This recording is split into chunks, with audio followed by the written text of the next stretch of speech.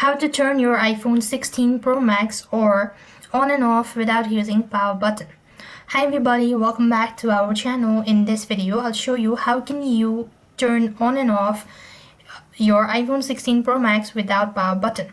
Swipe down from the top right corner of the screen to access Control Center. And what you could do is long press the power icon, a circle with a line, to activate the power off slider. Then you could drag the slider to power off your iPhone.